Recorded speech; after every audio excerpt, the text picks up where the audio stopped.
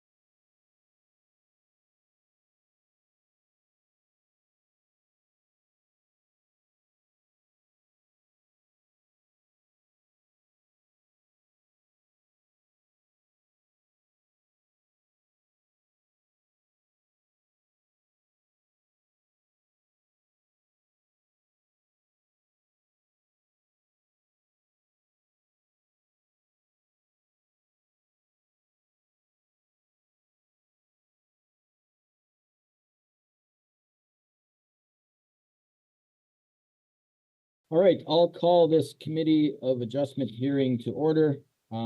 Just before we get started this evening, I'm going to go through the committee's protocol for tonight's meeting.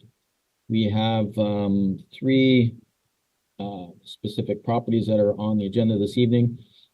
Just before we get started, a few housekeeping rules. For those that are in attendance at council chambers or online, I guess if you have cell phones, if you could please put them on mute or silent. And when asking questions, please address them through the chair. With tonight's meeting, since most of us are virtual, it's been a while since we've been in this stage, so there may be some delays between transferring from one to the other, but we just be a little patient. We'll get through this and it should work out pretty good. So the first order of business of the committee will be to ask for any conflicts of interest with any of the applications that are on the agenda this evening. A request will be made for any deferrals or withdrawals of applications that are on the agenda.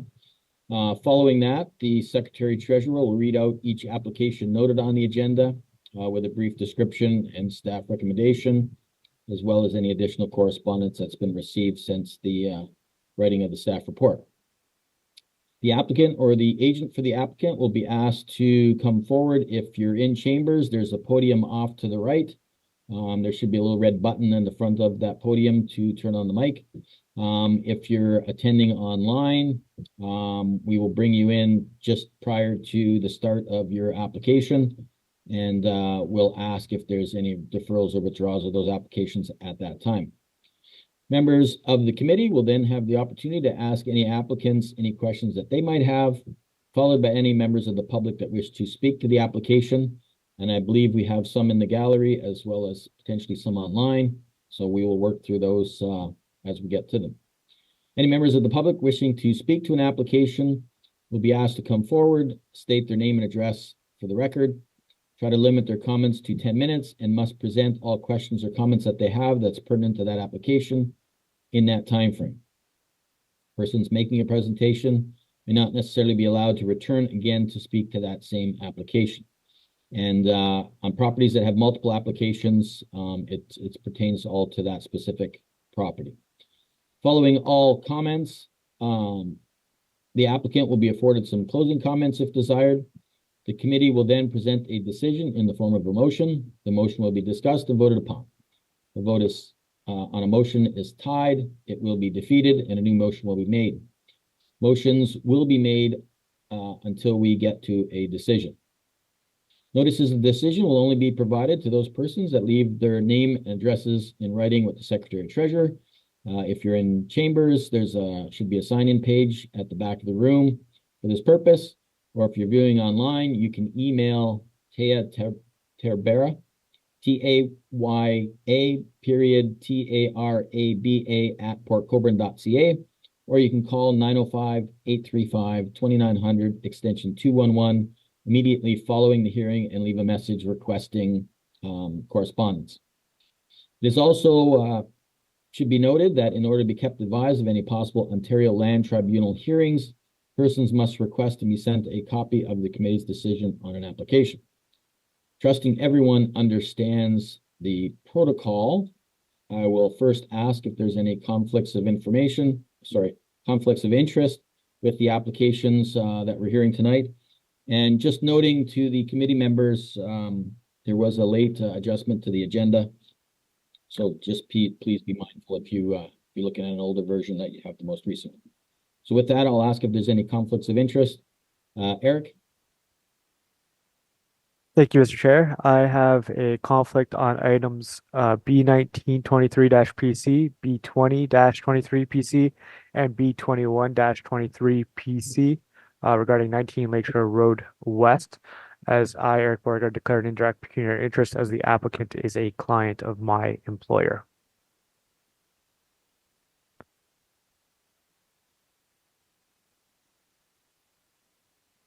I think you're muted, Dan. Dan, unmute. Sorry, got to remember to unmute. So with that, I believe that's the last item on the agenda. So hopefully we can get through the other ones and won't cause you too much grief sitting there waiting to get to that part. So with that being said, is there any requests for deferrals or withdrawals this evening that are in chambers? Just confirming that there are none in chambers. Okay. Now, I know there was some correspondence gone back and forth earlier to today regarding, I believe it was application A2623-PC. Is the applicant in the room for that one or online? The applicant is in the Zoom room waiting. Sorry, is in the Zoom meeting? Yeah, sorry, he's in the Zoom room waiting. Okay. Because I know there was some discussion about potentially deferring this application, and if I'm correct, I received some correspondence earlier today saying that they will be requesting deferral. So I believe, is that the applicant or the agent for the applicant there? Yeah, good evening, Mr. Chair and members of the committee. Yes, I'm the applicant or the agent for the applicant for this application. And we would like to request deferral tonight. Okay, so with that, I'll ask for a motion on the floor to defer. If everyone's good with that, we can defer. Now, all right, Angie, and seconded by Gary. I know we're not going to discuss the application, but is it just for like a month and then you can come back next month sort of thing? Yeah, we've received, sorry, through you, Mr. Chair, we received the comments from staff, which included region and Halton region and NPCA comments, and we've already started to address those, but you know, we just received some of them as late as yesterday, so we just haven't had enough time yet to resolve those. But we're hoping to do that as soon as possible, and the intent on our end is to try and get back in at the earliest opportunity. So potentially the next hearing date if we can get those conditions satisfied. Very good. I'd also like to note that on the notice that was sent out, there was a slight error on, I believe, item 2 of that of the notice that went out with regards to the lot coverage. It said minimum of 16.16 where it should have said maximum of 1.16. So we'll probably have a new notice put up on the property as well to address that, as well as the correspondence that normally gets mailed out to the local adjacent property owners. So with that, the motion on the floor is to adjourn, sorry, to defer until next meeting. So with that, all in favor? Opposed? That'll be carried. All right. Well, hopefully see you next month. Great. Thank you. Appreciate it. Have a good night.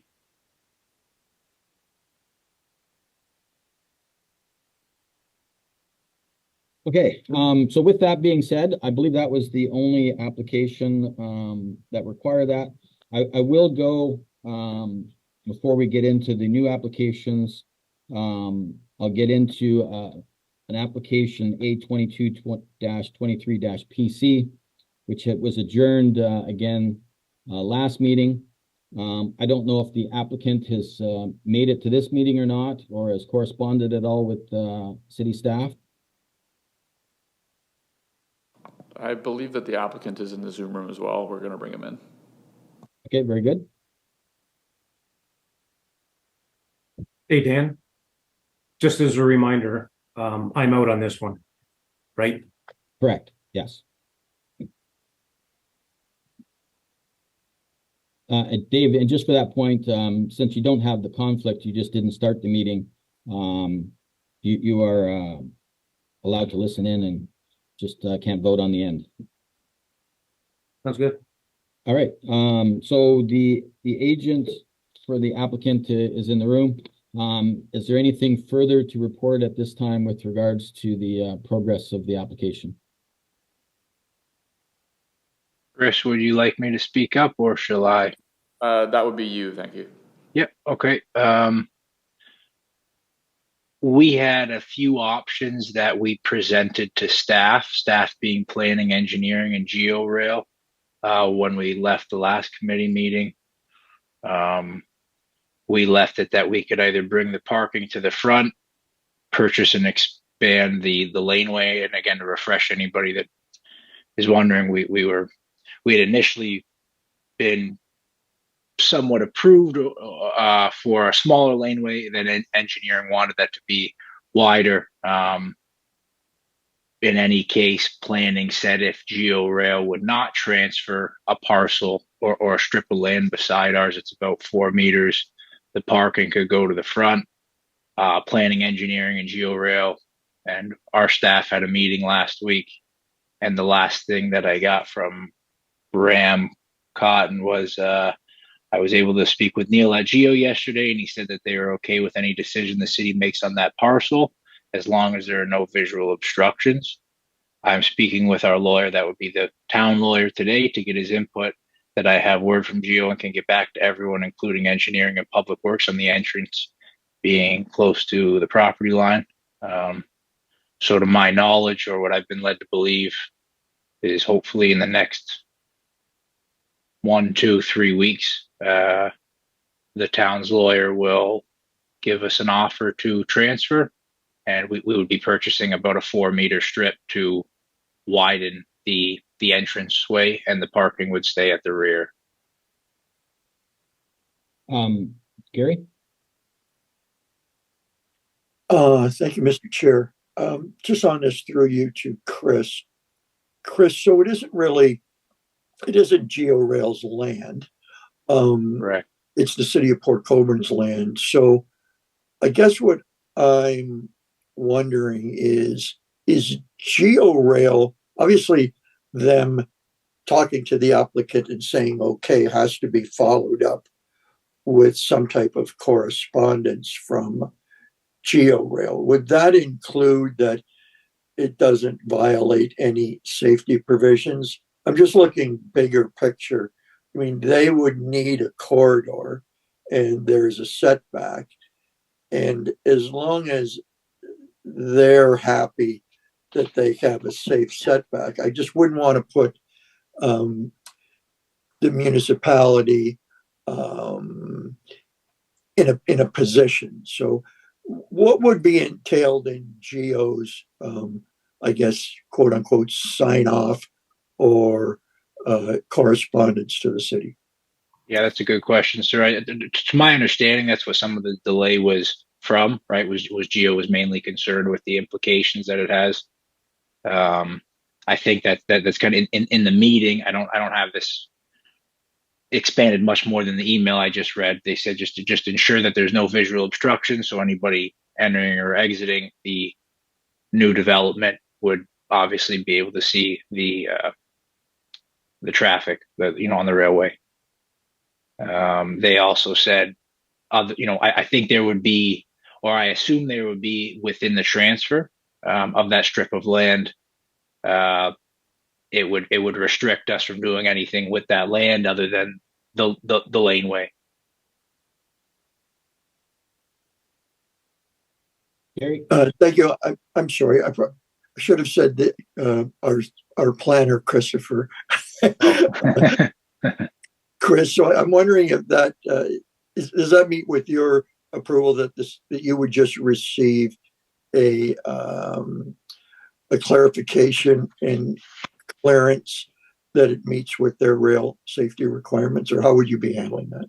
Thank you. Yeah, through the chair to Member Bruno, it's treated like any other commenting agency. GeoRail is just like any other agency. If they provide a written comment or a written sign off to us saying that they have no issues with the proposal, then we would use that for our file keeping.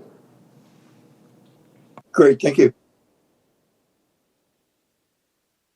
Does anyone else have any questions? The only one I have is, so you're saying that the strip is 3 meters wide? Currently, it's 3 meters wide on our submitted site plan, or the site plan that planning possesses, and engineering requires it to be 6 meters. Okay. But and correct me if I'm wrong, Chris, the requirement for the bylaw is 7.5 meters. Is that correct? Chris Lamb, or in any case, 7.2 or 7.5, I believe. It would be Well, 7.5. Yeah, the notice that we have shows 7.5. So basically, right now the ask was 3 meters, and I'm assuming that's to the current configuration. So if you gained another 3 meters, then your ask would be 6 meters instead of 7.5. Would that be a fair statement? Yeah, that's a fair statement and a good inquiry. Again, that's something that I left with planning and engineering. That strip of land that we've identified, or that I keep referring to, it's an individual strip from the main railway parcel. So where Catherine intersects with the railway, this land that I'm referring to is actually, prior to our involvement, it's about a 4 meter parcel. So I had left it with Bram Cotton, David, and Chris. I said, we understand the minimum that'll be supported is 3. If you give us the 4, of course, or whatever the case is, they'll give us that. We'll use that, and we'll pave it and so forth. Again, I think the determination if it's 6 meters or 6.5 or 7 is somewhat in the hands of the commenting agencies involved. Yep. With regards to all the other variances, they would still remain the same? Yes, sir. Okay. So I guess that leaves us with regards to this strip. If the anticipation is to gain 3 meters, which would then, if that was the existing property right now, then the ask would be a 6 meter in lieu of 7.5 meters. Is it possible for us to move forward with that today? And then if you don't get the strip, then you don't get the side piece. We didn't lose the agent there, did we? It disappeared off my screen. Yes, sir. Okay. Oh, there, he jumped around to the other side of my screen. Sorry. So if if we were to grant 6 meters in lieu of 7.5 meters, then if you don't get that strip, the 6 meters is still there, but obviously it's going to be in the middle of your building, at which time you'd have to reconfigure or figure out some other approach. Is that something that we could do today and kind of close this application out? Or would be the preference to wait to find out? Because then if you're going to alter everything else, I'm assuming it's also going to alter potentially other setbacks if you were to switch around and say put the parking in the front versus in the back. Of course, I would hope that I could rely on the email chain from city staff. Like I said, in which I read you that Geo Rail House is okay with the decision, and we're now talking to our lawyer. Of course, my opinion would be that I would like to close it out because I think that we'll either get that 6 meters, if not more, and if it's at 6.5 or 7, the variance would still be appropriate for the 6, or let's say it's 6.2, or it would be at least 6. Again, I'm only relying on what city staff has reported to me. Yeah. Does anyone else have any questions or comments with that potential? My only concern is I don't want to keep adjourning this and adjourning it. If we can go with, say, 6 meter instead of 3, that gets you at least, you know, where you stand with regards to getting your variance. It's less of a setback or less of a variance than what we started with, so we should be all good with that. Eric, I know you had some comments about, I believe, the 0 buffer at the back. I don't know if those are still relevant or if there's more concern there or not, but you know, I guess I would like, if we can, to just go with the variances that are there. Alter item 2 there, instead of 3 meters, call it 6 meters. And if we could just get this one off our plate, and then you got some clear direction with regards to where you can go. Does anyone have any comments with regards to that? Gary? Just Mr. Chair, would you want to be saying minimum 6 then, in case it is 6.2? It wouldn't be minimum of 6, it would be a maximum of 6 meters, whereas 7.5 is required. They can, if it goes back towards 7 or 8 or whatever, then it doesn't really matter, but they can't go more than or less than 6, if you know what I mean. 6 makes sense if you say minimum. Well, I guess I was thinking that it's sort to be finite in the decision. I think I was interpreting the applicant as saying, we already know where our boundaries is, and we were going to be 3 meters.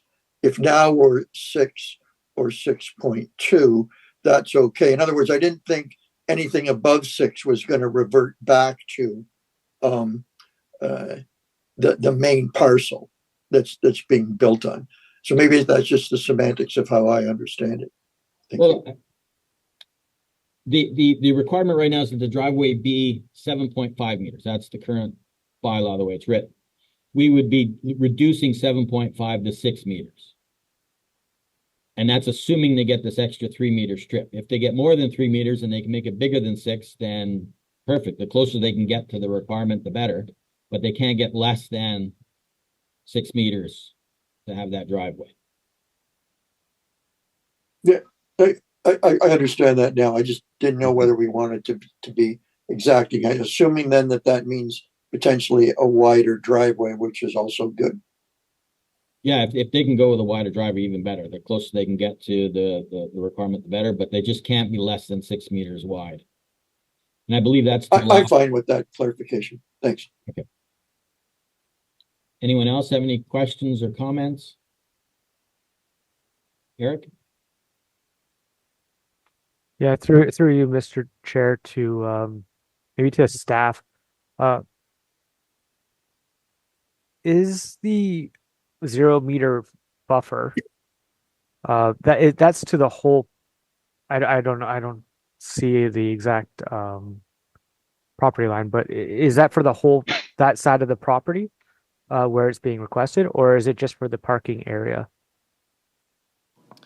I would have to, I don't have the sketch pulled up right now. I believe it is specifically just for the one side of the property, but just give me 1 second. because I still do have concerns about that. Uh, where I think with this design, it should be limited to where it's necessary, where it has to deal with the parking.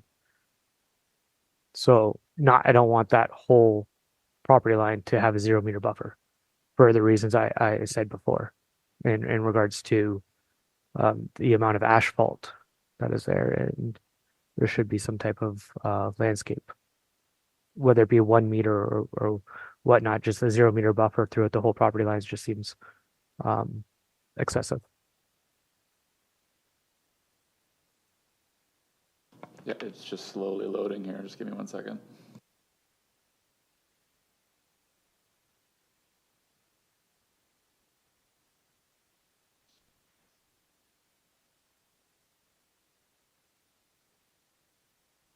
In looking at the drawing, I see a 0.2 meter little strip in the middle of the parking area at the back. I'm assuming that's so they can back up and pull out. To the side of the building, it's 2 meters to the north and 3 meters less the driveway. Obviously, it goes right to the property line on the south side. Yeah, so it refers to the westerly side of the property there, because there is that 0.2 meter buffer. But essentially, we wrote side yard of 0 meters just to sort of encapsulate both sides.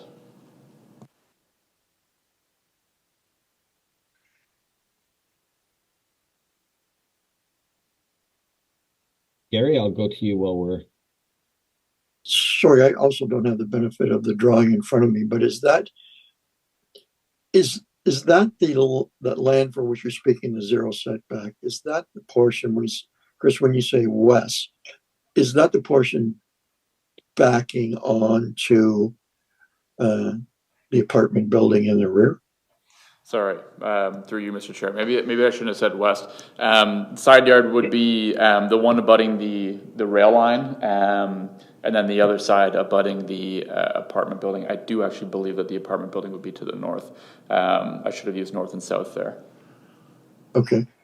Could I have permission to share my screen briefly, or maybe Chris Room can, to bring up the plan? I don't have control over the room, so if you have the permission to do it, you can share it. I don't. I clicked on share screen. It just says host disabled participant screen sharing. We're going to get our secretary treasurer to see if we can enable it for you. Mr. Chair, I'm just wondering if this abuts upon, generally what the concern is for setbacks is neighboring properties. One is a vacant rail line and the other is a parking lot onto a parking lot. As long as, and asphalt with, I'm sure through engineering, drainage supplied, I'm not so sure who that really affects in a detrimental way. So I think the great thing about Committee of Adjustments is you're dealing with site-specific situations, and you could be nimble.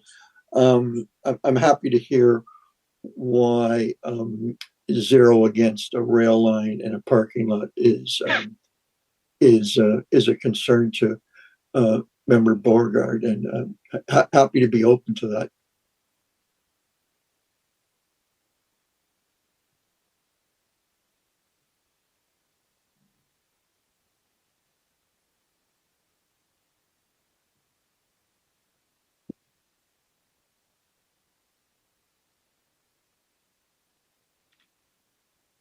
So looking at this drawing, it's the area to the north and south at the rear part that requires the 3 meter setback. Is that correct?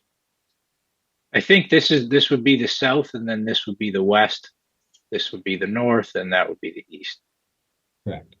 And the side yard would be the north and the south sides. Yes, sir. So the 3 meter requirement of buffer, I believe is the way it's worded in the minimum interior side yard setback of 2 meters permitted. Yeah, that's the one. No, sorry, side yard landscaping buffer of 0 meters permitted, where 3 meters is required for parking areas abutting a residential zone.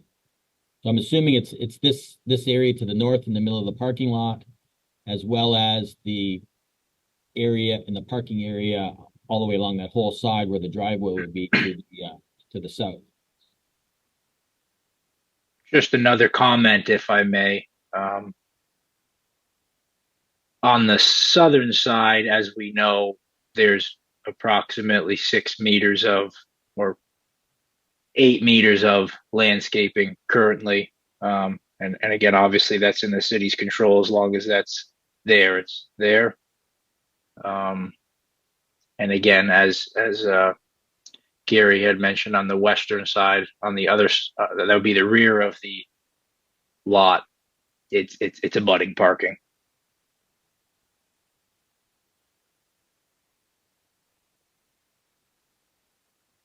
I guess from my perspective, to Gary's point, like I said, I don't. It's not like it's a single dwelling next door. It's a residential apartment building. They park in the back as well. So the concern, I would assume, is that if you have a residence, a single family dwelling next door, you're going to be shining headlights into their backyard, sort of thing. But the abutting property, even though it's residential, is an apartment structure as well. Lastly, if I may also, in addition to that, keep in mind, planning does enforce us to fence in the entirety of our property.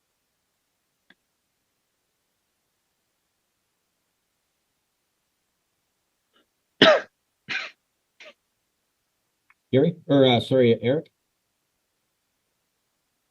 Through you, Mr. Chair. So my concern is with the north property line in the circumstance. I'm not concerned with the south, which is the property line abutting the geo rail. It's the north section. I just do, as I said before, my concern is not necessarily with this design, but the fact that if the minor variance goes through, it's a 0 meter setback throughout the whole property line, and that setback would apply for any future. If this site plan doesn't go through and someone wants to develop the property differently, then that they can have a 0 meter setback throughout the whole thing. And that's concerning to me. So, and the amount of asphalt in the area is excessive, and the whole point of landscaping, having some type of landscape buffer, assist in beautifying the lands. If I might, this 0 meter setback is only, which should be 3 meters, is only required where the parking area is as it stands. So it's not necessarily the entire length, unless the entire length is going to be parking lot. Okay. The other part of they are asking for a variance on the 3 meter setback to the building part, which is being reduced to 2 meters. I have no problem with that. It was just the parking area that I was concerned about. So Yeah. that clarifies. Yeah, then with that information, I have no concerns as long as it's just the parking area that that applies to. Yeah, that's currently the way it's written in item request 4, is that the side yard landscaping buffer of 0 meters be permitted, whereas 3 meters is required for a parking area abutting a residential zone. Okay, that being a just parking area, then I have no problems. All right. I don't know who is sharing their screen, but I think does anyone else need to look at the drawing at all? No, sorry, I can stop that. Apologies. Yep, very good. That's okay. Thank you. So with that being said, is there any other questions or comments? If not, if someone's willing to move the resolution, I think we were given a draft. I'm just looking for it on my screen here. That we would, if everyone's good with that, we would go forward with granting. I know the draft resolution says to deny the one item, but if we amend item 2 to 6 meters versus 7.5, Chris Rome, does that cause any significant issues. It's certainly a lot better than the 3. It's not the 7.5, but is 6 meters a better potential? I know it probably still won't allow two-way traffic necessarily, but it certainly gives more room. To you, Mr. Chair. Yeah, I think 6 meters is adequate. I think there are some other site plans that we've reviewed or applications that we've reviewed, whether it's zoning amendments or minor variants, that have added 6 meter two-way laneways. So I think we would be fine with that. All right, sounds good. So with that being said, is there any other questions or comments? Not seeing any. Does someone want to move that forward, or I can move it forward? No one else wants to move it forward? I don't see anyone jumping. I have it right in front of me. So what I will do is I will move application A22-23-PC, lands legally known as Part Lot 6, Plan 987, 988, and 989, municipally known as a vacant lot on Catherine Street. I don't know what the exact number is. And approve the variances requested, with the exception of number 2, that the driveway width of 6 meters be permitted, whereas 7.5 meters is required for two-way traffic. And that based on the planning staff recommendations, that the proposed variances for, probably going to get this wrong because I'm winging it here a bit. Given the information above, the planning staff recommends a proposal for variances for landscaping buffer reduction, front yard setback, side yard setback identified, be granted for the following reasons: that 1, that it's minor in nature; 2, that it's appropriate for the development of the site; 3, it is desirable in compliance with the general intent and purpose of the zoning bylaw; and it is in number 4 is desirable and in compliance with the general intent of the official plan. So with that, can I get a seconder? Angie? Any questions or comments? All those in favor? Opposed? Dave, I didn't see your hand either way. I don't know if your screen's frozen or... This is the application I'm can't. Oh, right, you're not. Sorry, I stand corrected. Thank you.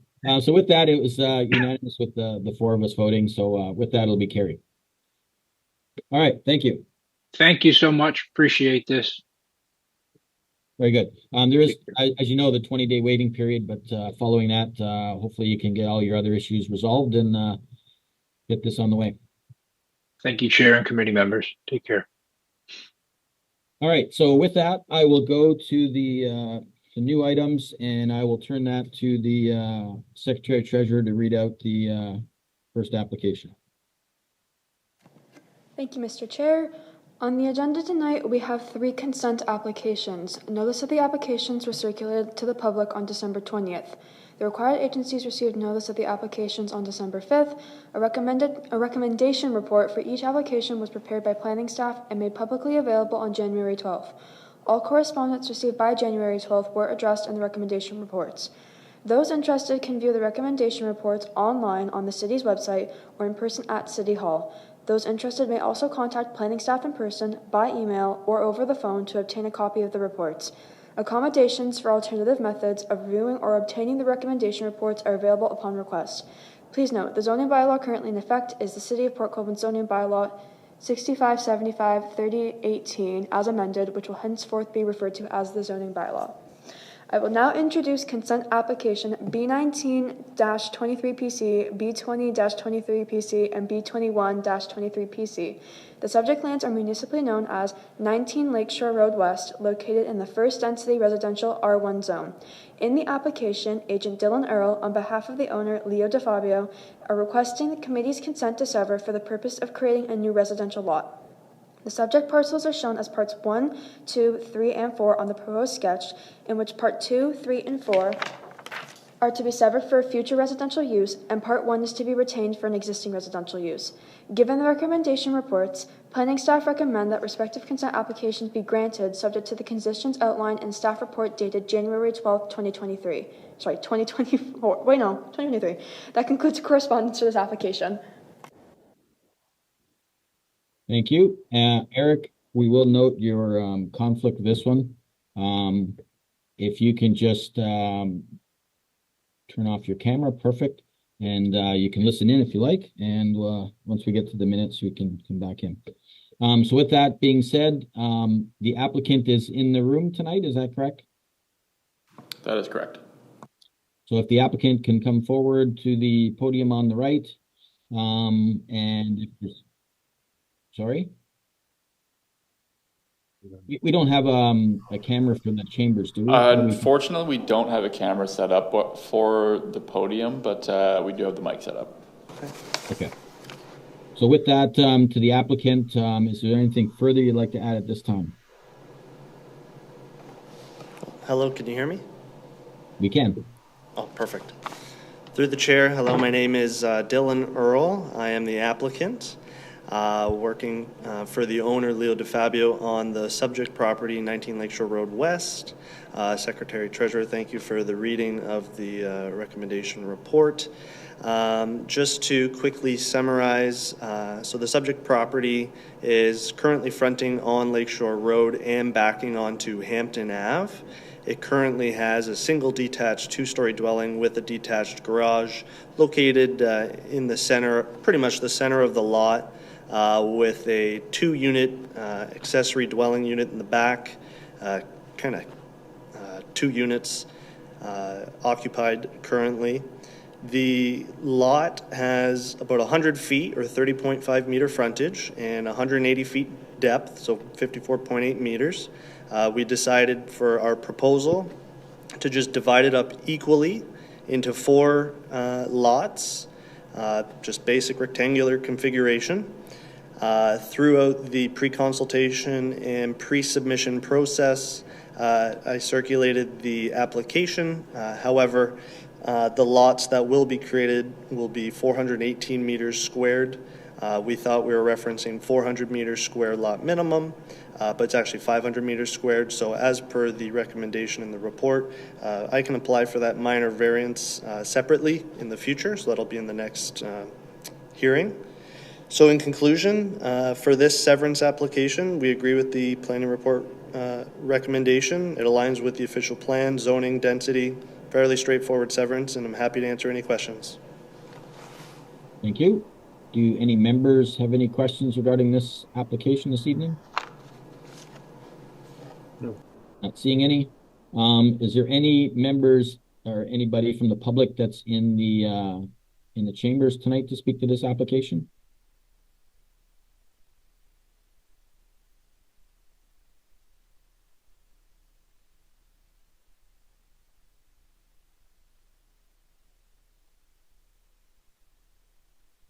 We're all good in here, Dan. Okay, and I thought we had. Sorry, we have one delegate online. And one online, yes. So if we can bring the person in online.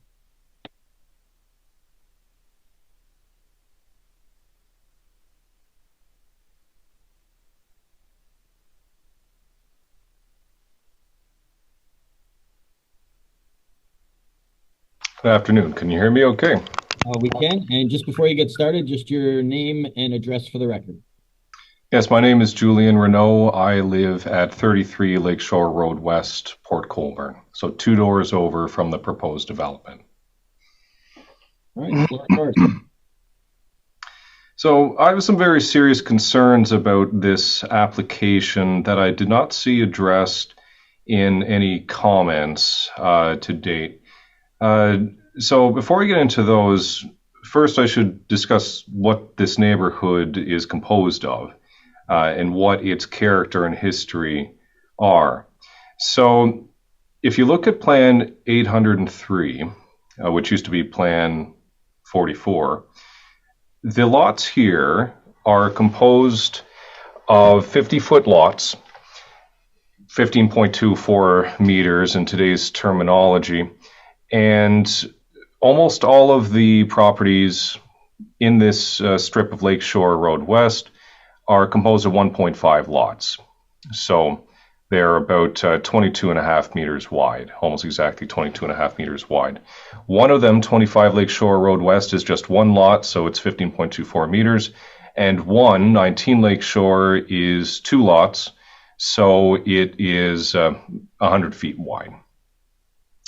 So the other distinguishing characteristic of these lots, one of them, is that they're generally conveyed with a property across the road as well, a property that abuts the beach. Historically, the properties have access to that. As I've seen in my law practice, I've had to go through the deeds and so forth for a number of these properties, including my own. And you can see that there are rights of way to the beach enshrined in those lots. And until now, those lots have always been conveyed together. But that's not the case with this particular developer who conveyed the lot across the road to somebody else. Now, the lots also have, at least the houses that have been constructed on the lots, also have a very uniform setback from the road, approximately 18 meters. If you look at all the houses along this strip of Lakeshore Road West, you'll notice that the setback is almost completely uniform for all of the houses there. It's approximately 18 meters. And what is proposed, as I'll discuss in more detail, would result in considerably less setback than that for any building to be constructed, any house or any garage to be constructed on the proposed lots. And that issue has not been addressed yet. Now, another concern that I have is that where exactly are the sewer lines? My sewer and my water are both fed from Hampton Avenue. I believe that there is a water main across the road on Lakeshore, a relatively new one. I've been told it was. I haven't verified this, but I've been told that there's one there. But what about sewer? Is there sewer in front of 19 Lakeshore Road West? Does anyone know? Hey, Chris, if you can jump in at that point. I can hop in here. This is Okay. Dylan, the applicant. So through the chair to the delegate, a couple questions there. I think you had mentioned so just to start from the top. Hold on. If I only have 10 minutes, I just want a yes or no answer. Yeah, sure, no problem. Sewer-wise, there is a lateral. We would need to extend it to the front of our property, but that is captured in the comments. Is there a lateral from Lakeshore or from Hampton? It's actually Rosemount, and then when it turns into Lakeshore, that's where it terminates. So we would require an extension. Yes, and so that would need to be a condition of approval in any event. So that's one of my concerns. Now, as for the two proposed lots on the back that would front on Hampton, allegedly, they don't actually front on Hampton Avenue. If you look at Hampton Avenue, it actually curves before it reaches those lots. You can argue maybe there's a very, very small part of Hampton Avenue that would front on one of the lots, the more westerly of the back lots, the Hampton Avenue lots, but the other one, definitely does not front on it, and that is parcel 1 in the proposed development. So if this were to be done, parcel 1 would not be a legal lot because it doesn't front on any municipal road. So Hampton Avenue would need to be extended at the expense of the developer in order to actually abut fully both parcel 3 and parcel 1, which are the two parcels that are at the back of the property. I didn't see any comments about that or any proposed conditions regarding that. So I would suggest that those absolutely would need to be conditions. Now, back to what I was mentioning about the setbacks. So, as you know, this whole neighborhood is zoned R1, so there is a minimum setback in R1 of 6.5 meters, as well as a minimum rear yard of 7 meters. A minor variance is being proposed to vary the minimum lot size from 500 square meters to 418 square meters. I disagree that that is a minor variance. That is a 16.5% variance, which is significant. If anything, it should be a rezoning application to make it R2. So that's another issue I have. But even if that even if this committee is satisfied to say that a minor variance should be required as a condition for approval, I would also suggest that another condition be added, that the setback has to be a minimum of what the current setback is, approximately 18 meters. Now, the issue then is that the houses would have very small rear yards, at least the ones that front on Lakeshore Road West. The properties on Hampton have a much lower setback than the ones on Lakeshore Road West. There's very little setback already on 19 Lakeshore Road West on the Hampton side, as well as 25 Lakeshore Road West. So I have no issue with that. Those houses could have a more significant rear yard, the ones that fronted on Hampton Avenue. But the ones that fronted on Lakeshore Road West would have small rear yards that don't comply with R1 zoning, and therefore a condition would be required to also have a minor variance allowing a smaller rear yard. Because, well, let's look at the alternative. The alternative is that all the houses on that strip have almost exactly the same setback, except for 19 Lakeshore. 19 Lakeshore, they would probably build them 6.5 meters from the road. That would stick out like a sore thumb, because that's less than half the setback that all the other houses have. It would stick out like a sore thumb, not only because of that, but also because there would have to be an electrical pole there. There'd have to be for the utilities, because electricity would need to be fed off of Lakeshore for the lots along Lakeshore. Currently, all those properties are fed electricity from Hampton Avenue, not from Lakeshore. So, and the poles with power are on the opposite end. They're on the south end of Lakeshore, not on the north side. So, CNP would need to install a pole that does not currently exist anywhere on this strip of Lakeshore Road West. It would need to install a pole on 19 Lakeshore Road West and bring a line across the road. So the way it is now, as you drive around the bend from Rosemount to Lakeshore Road West, just past Tennessee Avenue, it's quite a pleasing experience, because suddenly the whole landscape opens up. The houses are far away from the road, and uniformly so. There's no power lines going across the road, and of course you get a nice view of the bay. And that it's a very pleasant drive, actually. And the drive is not just important for locals, but also for tourists. As you know, the shrinking mill optical illusion is just down the road from that. So when someone wants to see it, they drive west on Lakeshore Road West, and then they turn around and they go east on Lakeshore Road West. So they actually pass this area twice. If what is proposed happens, then there's going to be houses that look like they're right against the road, practically, compared to all the others. And with an electrical pole and a power line going right to them to highlight that fact. So that really is not in keeping with the general character of the neighborhood. It would dramatically alter its appearance. Now, can I just stop you there for a second? We're at about over the 10-minute mark. If you can kind of just Yeah, I'll wrap it up. comment.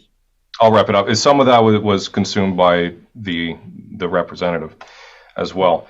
So I should note that this is candidate for a natural severance anyway. As I mentioned, this is on 2 lots. There is nothing stopping the builder. The developer does not need to come to the city for permission to transfer these lots separately and apply for a building permit to build 2 brand new houses. That would be a 200% intensification. And I think that satisfies the city of Port Colborne's plan for further intensification. A 200% intensification is just fine, rather than the 400% that he is applying for. There's also no explanation in here as to what the plan is for the lot across the road. There's no guarantee. Another condition should be that any lots conveyed still have right of way over the lot across the road.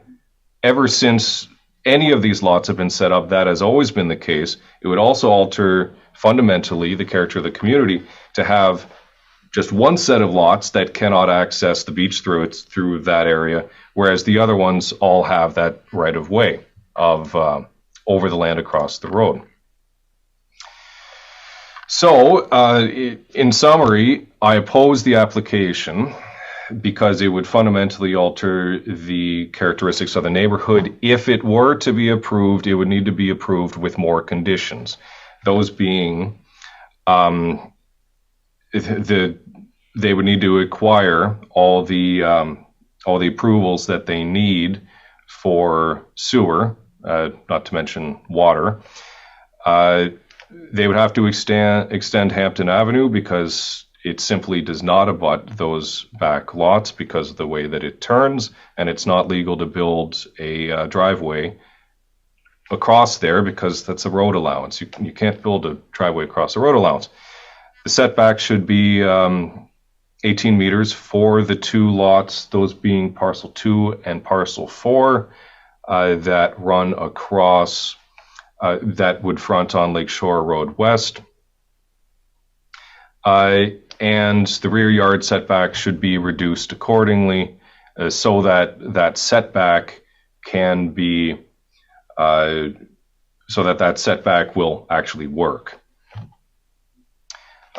So those are my submissions on this particular application. Thank you. We'll try to digest those as best we can. Does the applicant have any comments with regards to any of those at this point? Yes, thank you. So through the chair to the delegate, thank you. I love the professional feedback. I really appreciate it. I think the aspect with the sewer, definitely valid. However, it's captured in the recommendation report. I mean, we got to service the lots, so absolutely whatever's needed to make sure we got the sewer infrastructure there. The hydro, I don't think that was a condition item, but on our survey it shows existing, so the services are there just to provide that information. The poles anyhow, and servicing the current structure, and we would use those infrastructure. In terms of the access off Roehampton, that is a parcel, I believe it's an unopened road allowance held by the city, whether that's by way of encroachment permit or similar to how anyone gets from a municipal road to their property. We're good to coordinate with the city on that. Setbacks, requesting minimum zoning front yard of 6 to 18, 300% is pretty drastic compared to what we will be applying for an 18%. So in that comparison, pretty minor compared to that ask. But we'll deal with that in the future. But yeah, I think apart from that, we agree with the comments. And yeah, any other questions, feel free to let me know. Hold on. He referred to a report that said something about sewer. I've not received that. I've received. If I might, sorry, to Julian there. You've had your time. We will go through these comments and address them. Oh, I understand I've had my time, but I've not been given all the documents I asked for. What you have online is what we have in front of us. There is nothing online. I raised this with Taya. The Committee of Adjustment website only lists hearings that happened in 2023. There's nothing there for the 2024 hearings. I requested everything to do with this. All I got was 3 documents that were basically the same. Their planning division report, Right. but the word we have. sewer is not there. So he was referring to something that I don't have. And quite frankly, I don't think the committee has, unless it was online. Whatever you see online is what the committee has to make our decision. So with that, I would ask that you kindly, you can stay in, obviously you can listen to the meeting, but if you can kindly mute your mic, you've had your 10 minutes. We've heard your comments and we will go through them. Thank you very much. Gary? Through you to our planner, what I'm most uncomfortable about now that was raised by the delegate is that in a world that's moving more and more towards intensification, I think it's time, whilst it might be costly to the applicant, to get this zoning issue cleared up. I think in the course of doing that, some of these underlying issues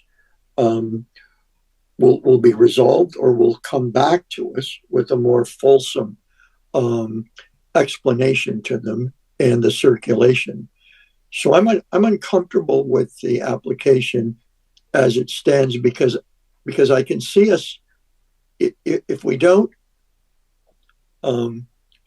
change that zoning, I think we're going to be faced with more and more of this intensification. I think it's an opportunity to state that the zoning has to be correct, and then you can do this. And I don't know whether that would require ceasing this application and leaving it stand till the whole zoning issue is sorted out. And not like for them to lose the work and the application fee. But I think there's a higher level concern that I have with respect to zoning. I'm not sure if the planner wishes to comment on that. Yeah, through you, Mr. Chair, to Member Bruno. Suppose I'm a little confused about the referenced zoning issue. I mean, there is a deficiency which we highlighted in the report about, obviously there's 418 meters provided, where 500 is required. I think the real issue is what is provided in our zoning bylaw, and that we have an R1 zone that requires 500 square meters of lot area for a detached dwelling, whereas the R2 zone requires 400 square meters of lot area for a detached dwelling. In reality, what is the difference between those two zones? I don't know. I don't know why the requirement is different, but it's kind of a reality that we're faced with this application. Professionally speaking, I don't see an issue with having a lot being 418 square meters in size, as you can comfortably fit a detached dwelling on it as set out in our R2 zone. So reality is that if these properties were zoned as R2, we wouldn't be having this conversation at all. So it's kind of one of those legislative redundancies maybe, or just a reminiscent of an old bylaw that needs to be changed, as you know, there's no shortage of in any municipality. So I don't really see it so much as of an issue, because I'm confident that dwellings can be located on the lots. I just see it more as a legislative technicality, really. Gary? I'm just wondering if I could take advantage of the raising of that point by the delegate, if he wanted to expand on that. He may have a background in that's valid. I don't know, but we didn't ask questions of the delegate, so I'd like to, if I could, have the opportunity to ask him that. Gary, just before we do that, I guess with regards to the zoning, so these are zoned R1, and correct me if I'm wrong, Chris, the only issue with severing them the way they're proposed is the lot area is less than the R1 requirement from 500 to 4, whatever they're proposing in this particular application. With regards to the front yard setbacks, R1 requires how much of a setback? Off the top of my head, I want to say it's about 6.5 meters. Okay.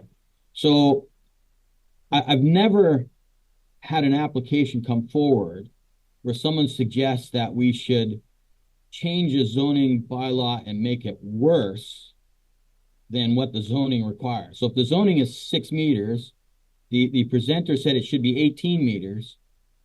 Never ever have I seen us go and say, okay, it's always going the other way. They want less setback, not forcing more setback. And I've never had a consent that we've increased zoning requirements beyond what the zoning bylaw requires. We've only reduced them. So I'm a little puzzled. I understand the aesthetics of the properties all being set back a lot farther. However, reality is these are zoned all R1. And if someone wanted on those neighboring properties to build an addition out to the front to bring it out to the required or minimum of 9 meters, they can so do that. And you wouldn't need to come to us to do that. So I'm not sure why we would consider changing 9 meters to 18 meters other than to rezone the place, which is not really our purview today. We're talking about consents. If these properties, I guess, are to be severed, then they need to comply with the zoning bylaws as they currently stand, not what might change in the future. And if it doesn't, then obviously we got to make it conditional upon them complying with the current zoning bylaws, which I believe is one of the recommendations. And I guess while I'm on that topic, before we go back to the presenter again, as you've asked, Gary, with regards to the lot across the street, has nothing to do with what we currently are talking about today, because it's already a separate piece of parcel, and whether there's a granting easement across it for access to the water or not is not in our purview tonight. We're talking about 19 Lakeshore Road, which is on the kind of northwesterly side of Lakeshore, and that's what we got to stick to tonight. So with that, I'm happy to hear the other comments, but we're talking about R1 zoning. I don't know why we're talking about making the setbacks larger. I don't believe that's even in our purview to do that. We're here to reduce them. Otherwise, follow the zoning bylaws. I guess that's where I stand. So with that, Gary, I kind of interrupted your question to the applicant, but you've asked a question to the applicant, and I'm free to allow the applicant, to the presenter to answer if he so desires.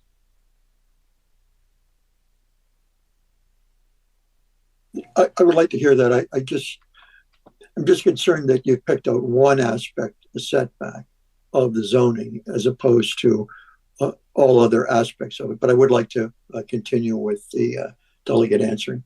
Thank you, Mr. Chair.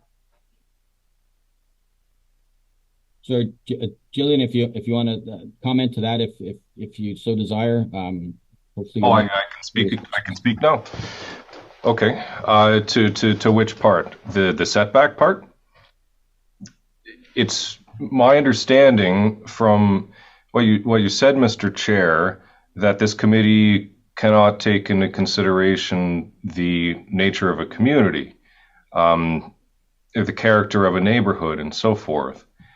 That's why I raised those points. I'm pointing out that there is a consistent setback in this area, and that approving this forces the setback to be dramatically changed. As well, I pointed out that historically, ever since anything has been built here, there's always been beach access on the parcel, across the parcel, that is on the south side of the road, directly across from the house in question. What the developer proposes appears, the developer hasn't made any comments about this, but it appears that there's an intention to remove that. So, and then what happens with those 4 lots? Does one of them get access across? Do 2? Do none? If the back lots are to have that access, then they also need a right-of-way, practically speaking, across the front lots, parcel 2 and parcel 4. So I'd certainly like to see that addressed because that is something that is common in this neighborhood. But I would suggest that not only does this committee have the ability to and the jurisdiction to consider the character of a neighborhood when it makes decisions, I'd say it has an obligation to do so. Intensification is not the only issue at play here. There's nothing intrinsically wrong with intensification so long as it's done correctly. I mean, I don't think any one of us would think that a 12-story apartment building would fit in there or would be appropriate at this particular part of Port Colborne. It would not be in keeping with the general nature of the neighborhood, and we understand that. So absolutely this committee can take into consideration such factors and needs to. Intensification, as I said, when it's done right, is fine. In fact, it can have a lot of net positives when it's done right.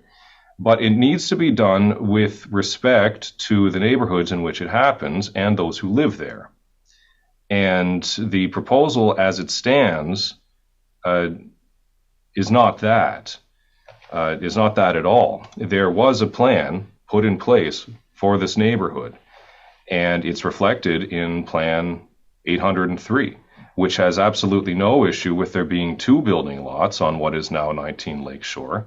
It's just that the people who initially built there, the nobles, I believe it was, in the 60s, decided to occupy both lots with one house, which they had every right to do. There's nothing wrong with that. And I don't oppose there being two building lots here at all. That's in keeping with the character of the neighborhood, but splitting it into four, each lot would be smaller, would be half the size of the smallest lot in that whole part of town, which is 25 Lakeshore. So that would be a considerable deviation. Now, I should mention something about the zoning was brought up, R1 versus R2, because the applicant mentioned it. So yes, of course, there's different requirements for R1 and R2. R1 is by nature designed to be less dense than R2, and R2 less dense than R3, and so forth. That's the nature of it. So this is a low density neighborhood by design. Now, R2, the bare minimum is 400 square meters for lot size. That is the absolute bare minimum, but if you look at actual R2 lots in Port Colborne, they exceed the bare minimum requirement even for R1 lots generally. The nearest R2 lots to this proposed development are on Linwood Avenue, halfway down Sugarloaf, halfway to Elm Street, so a little ways away. But those lots are, well, I measure them, they're approximately 640 to 650 square meters, which is well over what R1 requires as a bare minimum of 500 square meters. So I don't think that Port Colborne, we do the bare minimum, is a good city motto, especially the bare minimum in a nice community like Lakeshore Road West. So given that the proposed development would barely even comply with R2 in an R1 zone where the lots are far, far, far larger, all the other lots are far larger than the bare minimum even for R1. It's not in compliance with R1 zoning, frankly. It would barely comply with R2 even if it was zoned as such. And again, it's not in keeping with the general character of this community. Thank you. Gary, anything further? No, thank you, Mr. Chair. I guess the only comment I have to all of that, if this current dwelling was demolished, they didn't sever the lots, they can build up to the current setback of 6 meters from the road. So I guess that's the way I look at it, is that regardless of whether you severed these lots, the setback is still going to be affected. I do appreciate that part of the requirements that we have is to make sure that it's appropriate and desirable for the development of the area. But But on the same token, if this area was of such criticality to the layout, then why did the city plan not call for some special zoning here to make sure that this character was maintained and not just whitewashed? That's a discussion for another day that, quite frankly, we're not here to have. I realize we have a few councillors here that can address that in another fashion, but from what we stand right here, we have the zoning in front of us. It's R1. Is this a requirement to be done? And to be quite frank, the zoning, or sorry, the variances that would be required to comply with the R1 zoning obviously has to be addressed at another time. It's not part of this current application, but would need to be addressed before this particular application could probably be finalized if that's a condition. So with that, I'll turn to Angie. Thank you, Dan. I would have to agree with much of what's been said here. Mr. Renault he is right on the money as far as what it will do to the neighborhood. There's no question there. But as you said, Dan, this is not something that we really can do much about at this point. What are needed are more neighborhood plans, so this sort of thing doesn't happen. But unfortunately, we seem to be in a time of growth at any cost, and this is going to be a big cost if it happens. No question on that. But if setbacks come into play, you're right, Dan. No matter whether there's one lot, two lots, or four lots, they could very well be out of tune with the neighborhood and the final building. So I don't know that there's much that we can do here today, except for maybe put out a call for some changes in the way the city deals with neighborhoods, because intensification is great, but there are areas where it's absolutely not needed, nor does it fit. And that particular neighborhood is certainly one of them. So although I absolutely don't agree with it, I don't know how I can get out of supporting it. Thank you. That's all I have to say. Thank you. Is there any other members that wish to speak to this one? Yeah, Dave?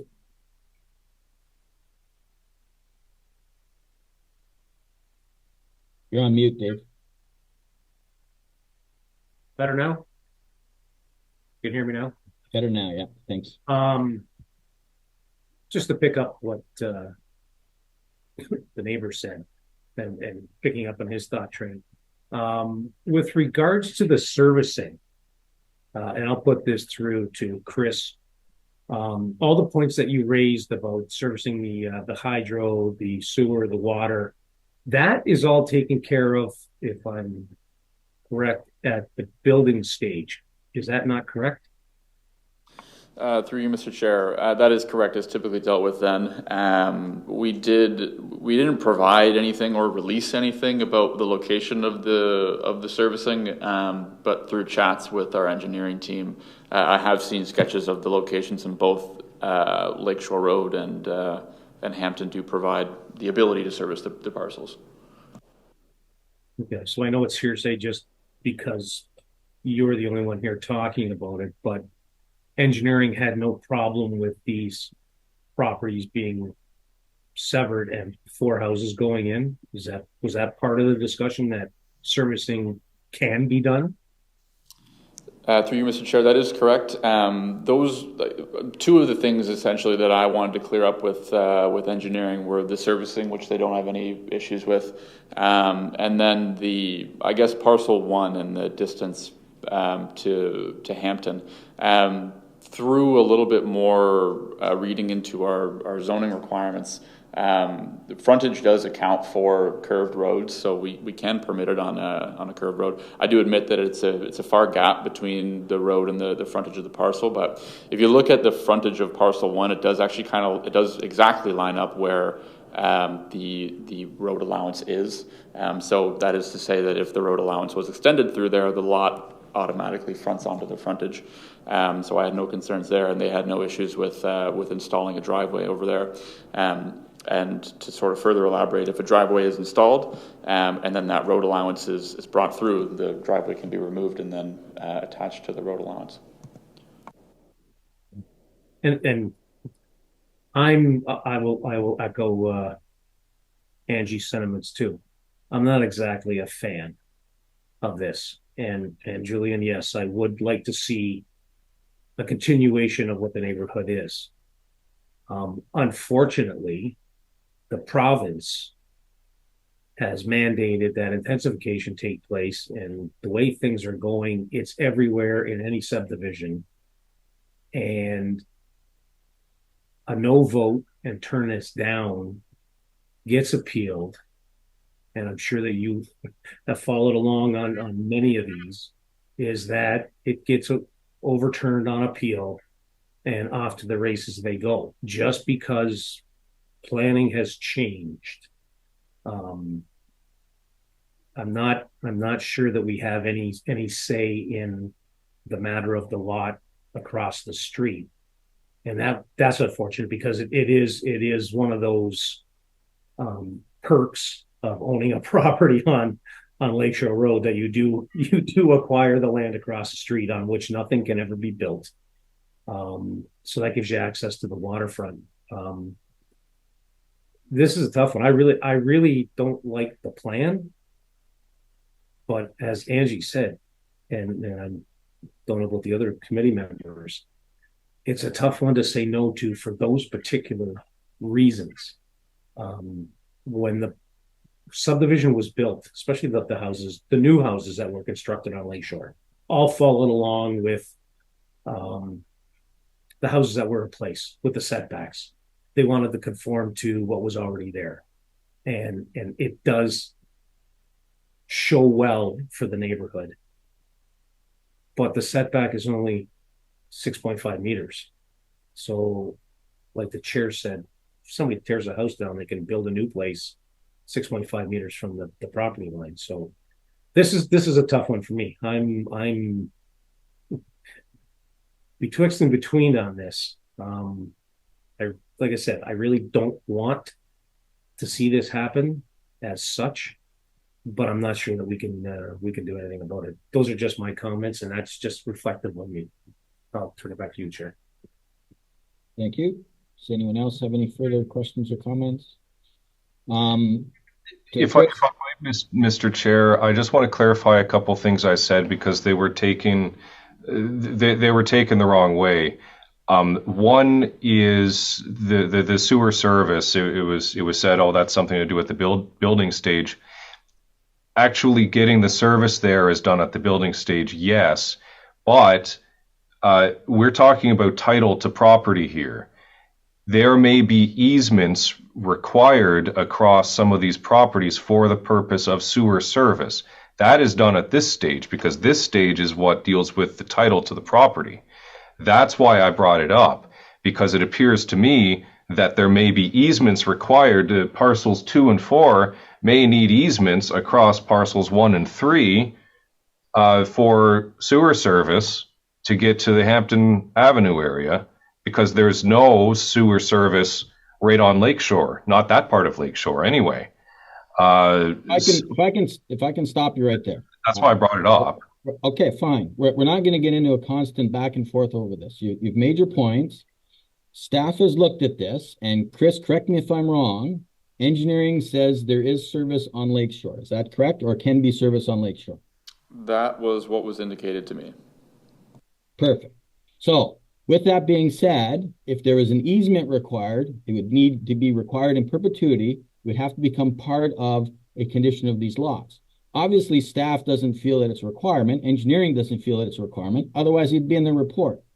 So your point's taken, but we've been advised that there is service on Lakeshore, and that's it. And if there isn't, then the applicant is going to be stuck when he goes to build and he can't get access to, because everyone knows, staff included, knows that the requirement is they have to have service lots. So it's been asked and answered. I don't know why we keep belittling this. If staff feels that they can get sewers to those off of Lakeshore, it's done. Is there anything else from any of the other members? Is there any other people online, Chris, that wish to speak to this application? To you, Mr. Chair, no, that's everybody. Very good. So with that, I will go back to the agent for the applicant if you wish to have any further closing comments. Through the chair, thank you. Yeah, just want to reiterate, no zoning amendments are being requested here. It's a severance. It's in line with official plan zoning, with the exception of that minimum lot area. Like we said, R2, which is for permitting more densification, has a lower threshold than the R1. So we're going to work with the municipality on that. Engineering infrastructure-wise, like you said, we've covered it with the municipality and the respective departments, and yeah, we're confident that we're going to be able to process this properly and make sure there's no issues. Thank you. Thank you. Is there any other comments from committee members? Otherwise, I will look for a recommendation.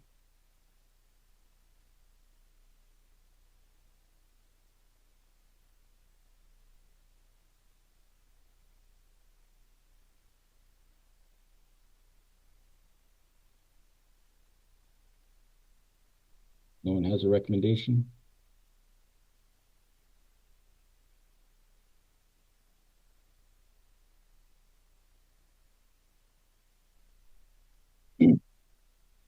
Failing anyone wanting to put something on the floor, I will then move application B1923 PC, lands legally known as Part Lot 5 and 6 on Plan 803, municipally known as 19 Lakeshore Road West, along with, sorry, let me grab the other ones.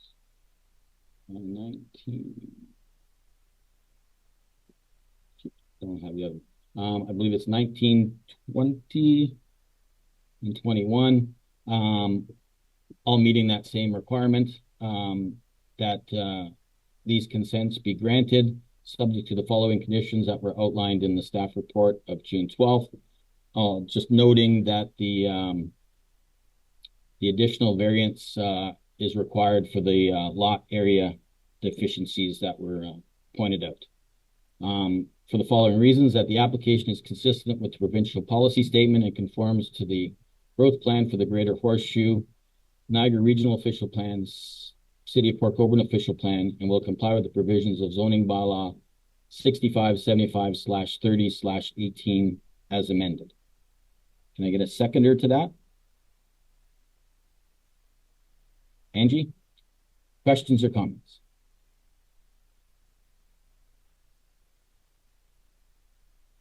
Questions or comments? All those in favor? Opposed? Motion is defeated. So with that, since we're not moving forward, has someone else got an alternative recommendation?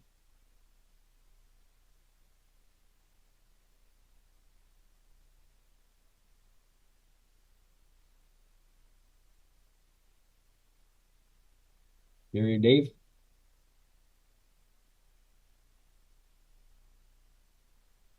So if we don't make a decision, they'll be granted their decision by default. So yeah, I'm assuming your recommendation is to deny them, because that would be the only alternative. So if someone wants to put that motion on the floor.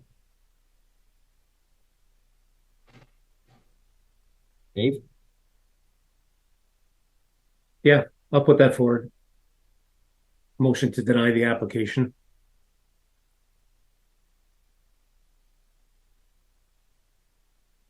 You're on mute, Dan. Sorry, do you have any explanation as to why? I don't think well, it's not in keeping with the aesthetics of the neighborhood. It's not how the neighborhood was designed to have effect. I'll leave it at that. I just don't think it fits in with the personality of the neighborhood. All right. I think intensification is in the wrong place and has better application, different locations. Very good. Could I get a seconder to that? Gary? Questions or comments? Angie? Thank you, Dan. I do have a question on the process of appeal. If we deny the application, that denial can be appealed, correct? Yes. Okay. And if we had no decision and the application were granted by default, that would stand as it was, correct? Um, I don't know how the appeal would apply to that particular case. Mm-hmm. I do know, and Chris, correct me if I'm wrong, it's both variances and severances or severances that can only be appealed by the two parties. Is that correct? Third parties don't have any standing in either, or is it just variances they don't have standing? To you, Mr. Chair, it's Committee of Adjustment applications can't be appealed by third-party members. Gotcha. Okay. Okay. So with that, the only appealable bodies would be obviously the city and or the applicant or the agent for the applicant. Okay. So if we were to deny the application, obviously that would quite naturally get appealed. Which my problem is, as much as I want to deny the application, I just don't see where there's a strength in that decision once it hits an appeal stage. I just don't see it, and I think that we'd be incurring costs that are clearly going to happen. I just don't know why we'd be doing it. So that's where I'm standing on that. If somebody could clarify that, I would appreciate it. Is there a way we can avoid the costs and be successful with this? I would be happy to deny it. Gary, do you have a question? Well, I did, but I guess just to remember Desim's last point, I don't know that the cost to the city or anyone should be a determining factor whether it's desirable in intent with the zoning bylaw and the neighborhood. So I guess that's one. What I had raised my hand for was I wanted to ask a question through you, Mr. Chair, to our planner. So I might be a bit confused on this, but I thought that the tie vote is a defeat. That Member Elliott put forward a comment based on the chair's ask, but is that relevant with Committee of Adjustment in terms of I applaud the member and I wanted to add something, but I'd just like clarification on the rule. When you deny an application because it's a tie, is that not just the end of it there? I'd just like a clarification on that. From I guess precedents of this committee over the last number of years, we've never had just a defeated motion as acceptance of the opposite. So we've always been in the process of, or our practice has always been, you make a motion until you get an agreement, consensus on the motion. It's happened in the past a few times. Obviously, if we can't come to an agreement at some point, we kind of get into a little bit of a pickle, especially since tonight we have a split of 4 members and we don't have a tiebreaker. However, if obviously I've put forward the motion to grant it, and if the split is that we can't grant it, then obviously it's denied or is defeated. And to be quite frank, unless there's some compelling reason why, as the chair, I would break the tie and I would align with the second party, because obviously we couldn't get the majority of the members to agree to grant the motion. So if you're concerned about having a tie, I would certainly, as I've done in the past, I know there's been one application where we had 2 members and we went back and forth 2 or 3 times, and finally since there was no way to compel one of the members to grant or vote in the affirmative, as the chair, I will switch and I will agree that it is defeated at that point. But we've always done it via a motion process. And that's why I've asked for a motion to deny. Thank you, Mr. Chair. I just respectfully, I was wanting to ask a planner, though, if he concurs with that rendition for which you just stated. As per the Planning Act for Committee of Adjustments. To Chris? Yeah, through you, Mr. Chair. I would just echo the chair's comments. That's, to the best of my ability, what I know to be true is that it's a tie, it is defeated, and we don't if the motion is defeated, like Dan said, the opposite isn't approved, just that motion gets turned down. Thank you. And I would like to add to Member Elliott's comment in that, as earlier stated, I do have a concern with the R1 zoning and it should be R2. So I'd like to add that in, Mr. Chair. You can, it certainly can be entered into the minutes of the meeting. However, that's fine. Zoning has nothing to do with the committee of adjustment. That's fine, Mr. Chair. Thank you. So with that, is there any other questions or comments? So the motion on the floor is to deny the applications for this parcel. So with that, I'll go to a vote. All those in favor? There you go. It's unanimous. It'll be denied. Thank you. Just to clarify, Dan, because I can only see one screen. That was a four vote unanimous. Correct. Thank you. Thank you, members of the committee. And that's the only matter that I'm appearing for today. So with that, into other business. I do have one item before we get to the minutes of the previous meetings. I don't know if you guys received a notice from OACA about your membership coming due. I believe it expires at the end of December. We have until I think April that we can renew. I did forward an email to staff, I think yesterday, the day before, with regards to renewing our membership with OACA. And so I don't know if Taya or Chris can comment on that, whether we need to do it and then submit the expense or the city does it directly on our behalf, or how that works. Just a reminder from last year. I think it was Diana that did it. Did you guys pay and get reimbursed, or was it us that paid for you? I think it was a mishmash. I think on my case and maybe Eric's case, we paid and then got reimbursed, and then I think she arranged to pay for some of the other ones. It doesn't really matter to me. I'm good either way. Okay. I'll take that away and I'll just chat with Denise about it and just see which is the best way forward. Okay. Can I just jump in on this one for a second?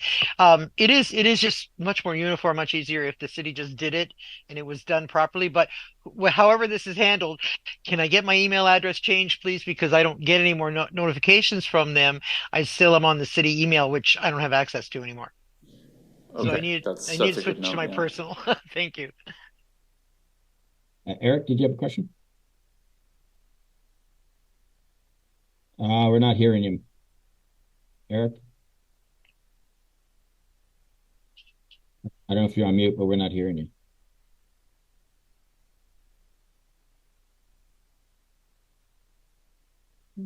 Still not hearing you.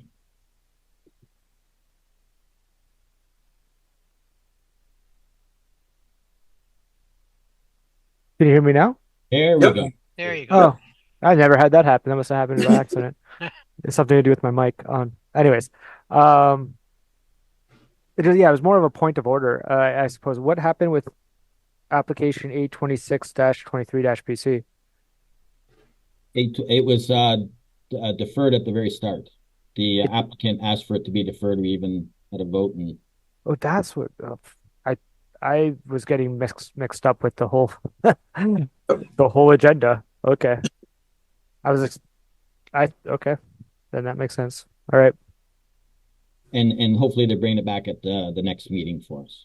That's who that was. Okay. I thought that was that's why I was confused at the beginning what was going on. What's going on? Okay. Okay. Any other business to bring up? Just touching base on the OACA membership. I didn't even take it out last year. So there you go. So am I a really, really bad person, or do I have to sign up individually, or is it the city submits for all of us?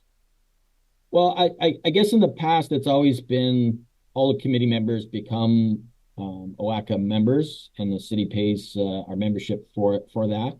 I guess if feel that you don't need it, you don't necessarily have to get it, I guess. It does give you benefits of getting newsletters from them and reduced fees for any conferences and stuff that they have. But yeah, if I guess if Chris can just clarify if they can, he's going to go to Denise and find out if they can do it en masse for everyone, great. If we need to do it individually, that's fine too. But just I'll wait until I hear back, and if it can be done en masse, then great, and then we go from there. Yeah. Gary? Yeah, my Just if I could jump in before Chris. Chris, what I wanted to say is, I didn't like in years past. Dan is quite right. It's been a mishmash for years. One time, Dan Aquilina paid for it on his credit card, and he got reimbursed because there wasn't a way to do it. Him having access to the city credit card. When I have paid for it and gotten reimbursed, though, and to just struck me with Dave's comment, I usually then would get a email saying with my name on it, saying your membership is due, and then I would either bring it to this meeting and see if the city wanted to pay for all of us, or I paid it individually. So I may not even be a member for all I know, but I just believe that if we didn't get an individual invoice or request in the past, then we may all not be members, which is why I thought last year Diana did find a way to pay it. And Dan, you're saying you paid your own. So if we were all members, I don't remember getting those updates about when the convention was on and all of that kind of stuff.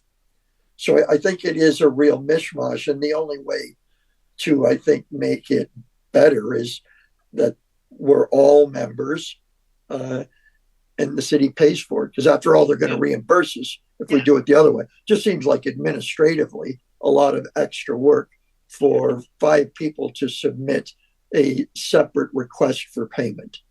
That's all I had to say. Thanks. Thank you. So, yeah, Chris, if you could just let us know or have someone email us back, or Taya to email us back, that would be great. Yep, I will look into it. Okay. Is there anyone else? Other business? Okay, we have minutes of November as well as December. I think I emailed staff as well as committee members with regards to November, and I'm just looking at the latest PDF that's online. I believe Taya, correct me if I'm wrong, has been corrected. Yes, they should be. Okay. So just from the original version that was sent to us, there is just a little bit of kind of housekeeping, if you will, on application A2223 PC in the minutes from November, just saying that we had adjourned it. And on the December one, it looks like that was amended was under the adjourned application, again for the same application that we had made a motion to adjourn for 1 more month. So we just had that corrected. So with that, I don't have any other comments on the minutes unless anyone else does. And if I can find a mover and a seconder for the minutes, we can do them both together, November 8th as well as December 13th. Eric, move that, seconder to that. Gary, any other questions or comments? All those in favor? That'll be carried. And I believe that is it, unless anyone else has anything else. Gary. Just like to thank staff, Taya in particular, with all the gyrations of today with the weather, quickly putting all this together, recirculating Zoom registration, contacting us. Probably was a pretty hectic day. So thank you to staff. Likewise. I was so out of shape of doing Zoom meetings. I'm actually went back into work because I'm better set up here at work than I am at home to do that. So it's a little bit of a change up, but I'm glad to see that we all made it in all right and worked out well. So with that, I will adjourn this hearing, and we'll hopefully see you all again next month. Yep. Have a good day.